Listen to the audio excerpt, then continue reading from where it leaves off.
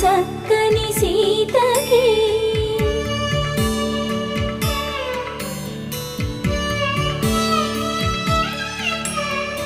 ఎర్ర జాబిలి చేయి రాముడేడని అడుగుతుంటే చూడలేదని పెదవి చెప్పే చెప్పలేమని కనులు చెప్పే నల్ల పూసైన